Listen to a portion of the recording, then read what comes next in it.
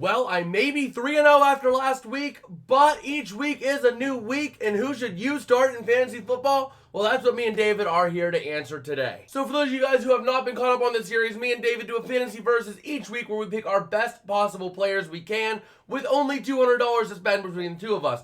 Standard fantasy lineup, 1 quarterback, 2 running backs, 2 wide receiver, a flex, tight end, kicker, and defense. And right now I am 3-0. Total cumulative points, 399.8 to 308.98. And let's go ahead and dive into our Week 7 picks. So at quarterback, we have David going with Josh Allen of the Bills for $29. Me going for Tua Tagovailoa for $2. I'm not as comfortable with the Bills pick just for one big reason. And that reason is the fact that the Bills have been a little bit up and down. Plus, I wanted to pick up another couple Bills players somewhere else. So I ended up going with Tua Tagovailoa. He's only $2. And they're going up against the Eagles, who have been a relatively weak team this year. So I think there's a lot of room for the Dolphins to just go off. Okay, for running back ones, I decided to go with Josh Jacobs of the Raiders for $29 against the Bears defense because it is the Bears. But David going with Bijan Robinson for $35. That's not necessarily a bad pick when looking at the grand scheme of things here. Because taking a look at the Falcons, they play the Buccaneers. The Bucs defense is all right, but it's not like elite. They can play well, but they're not the greatest. Meanwhile, Josh Jacobs going to be going and exposing a Bears defense on Sunday. It's not even going to be close. He should just mop the floor. For running back twos, David going with Rashad White of the Buccaneers against the Falcons defense looks like a really solid pickup in your fantasy leagues.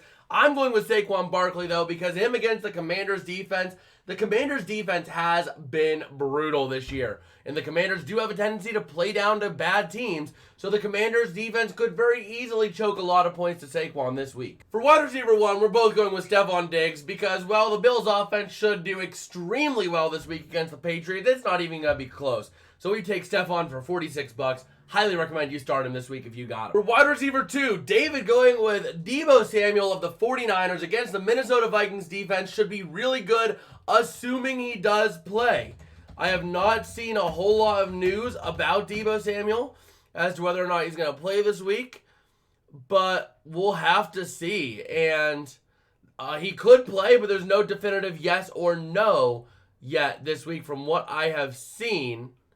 Unless, wait a minute, I'm looking at this new report here. It looks like no McCaffrey, Williams, Samuel, or Cleveland in practice. So we'll have to see. Deebo not practicing could be a big loss for the Niners, and I don't know if I would start him personally. David probably hasn't kept up on the injury reports, but I went with Jalen Waddle for $30 because, well, the Dolphins offense.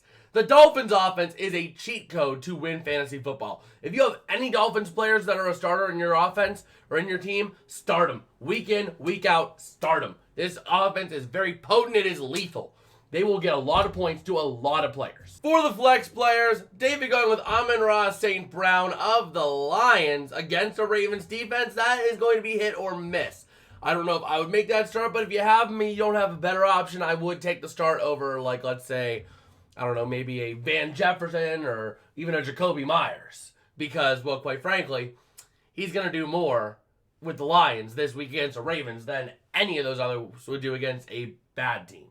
Meanwhile, I ended up going with Jacoby Myers of the Raiders because I think the Raiders have a day against Chicago. That Bears defense is not great, and man, I think that this team could just go out there and just suit up and be great this week. Not great in general, but great this week offensively. For tight ends, I'm going Travis Kelce for $45. I was saving my money for the tight end, and, you know, Travis Kelce with the whole situation there, the NFL is not going to let Kelce get away without getting a touchdown. He's a cheat code in fantasy right now with the whole Taylor Swift situation, so start him if you got him. David going George Kittle, once again a safe bet against the Vikings.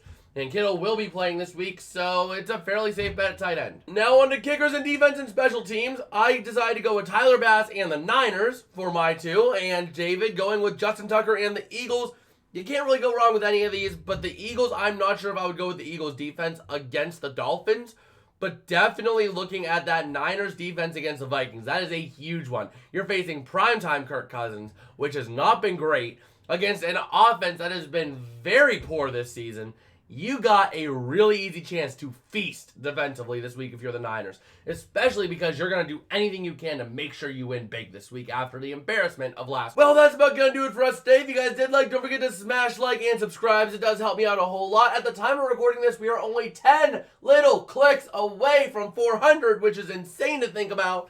But man, if you can help make that happen, that will be absolutely amazing. And I guess make sure if you haven't already, check out our predictions down here. And I guess I will see you guys later. Peace out and have a good one.